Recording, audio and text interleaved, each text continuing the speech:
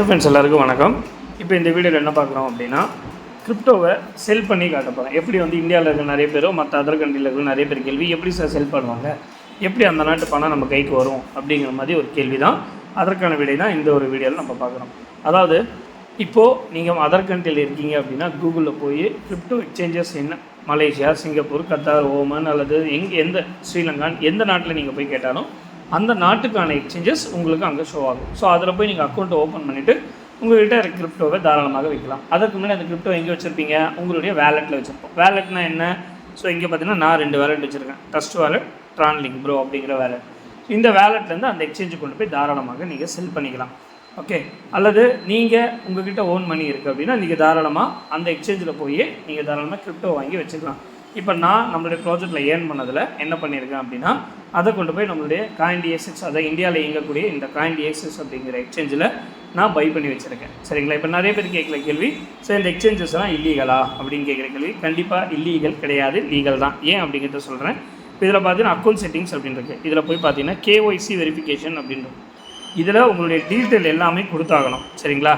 என்னென்ன Aadhaar card, pan card, மற்றபடி bank detail எல்லாமே கொடுத்தீங்க. பார்த்தீங்கன்னா உங்களுடைய ஆதார் கார்டு, பேன் கார்டு கொடுக்கணும், அக்கௌண்ட் டீட்டெயில் கொடுக்கணும், நாமினியோட டீட்டெயில்ஸ், இந்த மாதிரி எல்லா ப்ரூஃப்ஸும் இங்கே கொடுத்து 24 ஹவர்ஸ்க்கு அப்புறம் சப்மிட் ஆனதுக்கப்புறம், அது வெரிஃபிகேஷன் ஆனதுக்கப்புறம் தான் உங்கள் அக்கௌண்ட்டே ஓப்பன் பண்ண முடியும்.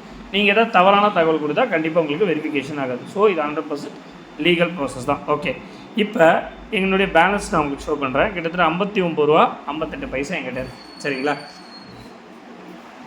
ஓகே, இப்போது என்னுடைய போர்ட்ஃபோலியோவை உங்களுக்கு ஷோ பண்ணி காட்டுறேன். இதில் நான் வச்சுருக்க கிரிப்டோவை அங்கேருந்து உங்களுக்கு செல் பண்ணி காட்டுறேன். சரிங்களா?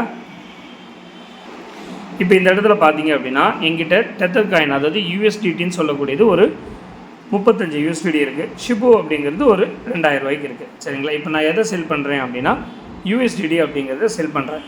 எனக்கு வேணும் அப்படின்னா ஆல்ரெடி இந்த அக்கௌண்ட், இந்த CoinDX அப்படிங்கிற எக்ஸ்சேஞ்சுக்குள்ளே நான் இந்திய பணத்தை என்னுடைய பேங்க்கில் வந்து டேரெக்டாக கொண்டு நீங்கள் டெபாசிட் பண்ணிவிட்டு நான் இங்கேருந்து பை பண்ணலாம். இப்போ பை பண்ணதும் இந்த கிரிப்டோவில் போடுறோம், ஏதாவது நமக்கு வந்து ஒரு லாபம் ஆயிருக்கு அப்படின்னா நம்ம செல் பண்ணலாம். இல்லை சார் நான் எமர்ஜென்சி வேணாலும் எமர்ஜென்சிக்கு 24 ஹவர்ஸ் into 7 நீங்கள் எப்போ வேணால் செல் பண்ணிக்கலாம். ஓகே, ஸோ இங்கே பார்த்தீங்க அப்படின்னா இந்த இடத்துல பை செல் அப்படின்றது. சரிங்களா? இப்போ இந்த இடத்துல செல் அப்படிங்கிற ஒரு ஆப்ஷனுக்கு நான் போகிறேன். இப்போ போனதும் இந்த இடத்துல கவனிங்க, இன்க்ளூடட் TDS சார்ஜஸ் அப்படிங்கிறது 0.5% ஃபீஸ் பிடிக்கிறாங்க. சரிங்களா? TDS, அதாவது உங்களுக்கு தெரியும் இந்தியாவில் இப்போ GST, TDS எல்லாம் இருக்குது. ஸோ TDS சார்ஜஸ் இங்கே பிடிக்கிறாங்க. இப்போ நான் எவ்வளோக்கு செல் பண்ணணும் அப்படின்னா, இப்போ என்கிட்ட 35 USDT இருக்குது. நான் ஒரு 3000 போடுறேனே, 33 USDT இங்கே செல் ஆகும். இப்போ 3000 எனக்கு செல் பண்ணால் போதும்னு நான் போடுறேன். இப்போ ஸ்வெப் டு செல் அப்படின்னு கொடுத்தேன்னா உடனடியாக எனக்கு போய்டும். இப்போ கீழே கவனிச்சிங்கன்னா நான் 3000 செல் பண்ணுறேன், ஆனால் TDS எல்லாம் போக எனக்கு எவ்வளோ கிடைக்கும்? 2953 ரூபா 61 பைசா எனக்கு கிடைக்கும். ஸோ வருதா அப்படிங்கிறது தான் நம்மளுடைய கேள்வி. எப்படின்னு செக் பண்ணிடுவோம். இப்போது செல் அப்படின்னு கொடுத்துட்டேன். எனக்கு உடனடியாக செல் ஆர்டர் கம்ப்ளீட் ஆகிடுச்சு. டன் கொடுத்துட்டேன். இப்போது இந்த பணம் என்னுடைய அக்கௌண்ட்டுக்கு வந்திருக்குமா அப்படின்னு பார்க்க முன்னாடி என்னுடைய பேலன்ஸ் போய் நான் செக் பண்ணுறேன். இந்த இதில் இப்போ பார்த்தீங்கன்னா நேராக ப்ரொஃபைல் போகிறேன். இப்போ பாருங்கள், ஃபஸ்ட்டு நான் பார்க்கும்போது 59 ரூபா இருந்துச்சு. இப்போது 3013 ரூபா என்கிட்ட இருக்குது. இப்போ நான் இதை என்னுடைய பேங்க் அக்கௌண்ட்டுக்கு வர வைக்கணும். ஆல்ரெடி இந்த CoinDXXல நான் ஆல்ரெடி என்னுடைய பேங்க் டீட்டெயில் கொடுத்துருக்கனால இப்போ நான் விட்ரால் அப்படின்னு நான் கொடுக்கும்போது எனக்கு உடனடியாக இந்த பணம் என்னுடைய பேங்க் அக்கௌண்ட் வரும். இப்போ விட்ரால் கொடுத்துட்டேன். விட்ரால் கொடுத்துட்டு இப்போ இந்த இடத்துல எனக்கு என்டர் அமௌண்ட் எவ்வளோன்னு கேட்குது. நான் 3000 ரூபாய் டைப் பண்ணுறேன். கொடுத்ததும் யூனியன் பேங்க் ஆஃப் இந்தியா அப்படின்னு கேட்குது. எஸ், இந்த பேங்க்கு தான் நான் கொடுத்துருக்கேன். ஓகே கொடுத்துட்டேன். கொடுத்ததுக்கப்புறம் கண்டினியூ டு விட்ரா அப்படின்னு கேட்குது. ப்ரோசஸிங் டைம் வந்து 72 ஹவர்ஸ்ன்னு கேட்குது. ஆனால் உடனடியாக இது வரும். இப்போ இந்த இடத்துல என்னுடைய அத்தன்டிகேஷன் ஆப், கூகுள் அத்தன்டிகேஷனோட ஆப்பில் கோடு இருக்கும். அந்த கோடை வந்து நம்ம இங்கே பேஸ்ட் பண்ணேன் அப்படின்னா எனக்கு விட்ரால் ஆகிடும். பார்த்தீங்கன்னா CoinDXXோட கூகுள் அத்தன்டிகேஷன் ஆப், இது கண்டிப்பாக உங்களுக்கு விசிபிள் ஆகுமா எனக்கு தெரியல. ஏன்னா செக்யூரிட்டி பர்பஸ்க்காக ஆகிறதுக்கு வாய்ப்பில்லை. இதை டைப் பண்ணணும். ஸோ இப்போ பார்த்தீங்கன்னா நான் போட்டுட்டேன். இப்போ விட்ரா கொடுத்ததும் எனக்கு request has been send your bank அப்படின்னு கேட்குது. ப்ராசஸிங் விட்ரால் ரெக்வஸ்ட்னு கேட்குது. யுவர் பேங்க் மேட் மேக்ஸிமம் மட்டும் 72 ஹவர்ஸில் ப்ராசஸ் இன் தீஸ் ரெக்வஸ்ட் அப்படின்னு கேட்குது. நான் ஓகே கொடுத்துட்டேன் அப்படின்னா எனக்கு இந்த பணம் என்னுடைய பேங்க் அக்கௌண்ட்டுக்கு வந்து சேர்ந்துடும். சரிங்களா?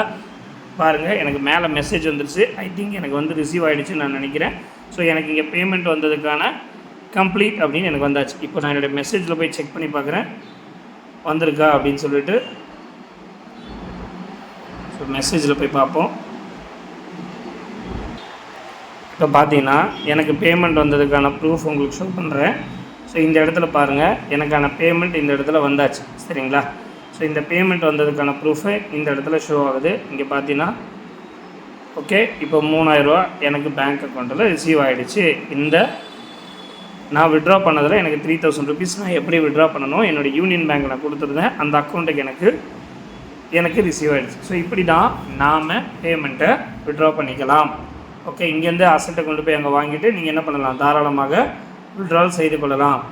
இப்போது என்கிட்ட பணம் இருக்குது அப்படின்னா நான் இப்போ டெபாசிட் அப்படிங்கிற இடத்துல போய் நான் என்னுடைய பேங்க் அக்கௌண்ட்லேருந்து இதே இதுக்கு டெபாசிட் கொடுத்து 1000, 5000, 10,000 இதில் டெபாசிட் கொடுத்து என்னுடைய பேங்க் அக்கௌண்ட்டில் நீங்கள் அனுப்பிட்டு நான் கிரிப்டோவை பை பண்ணிக்கலாம், வாங்கி வச்சுக்கலாம். லாபம் வரும்போது அதை விற்றுட்டு உடனடியாக அந்த கேஷை என்னுடைய அக்கௌண்ட்டுக்கு மாற்றிக்கலாம்.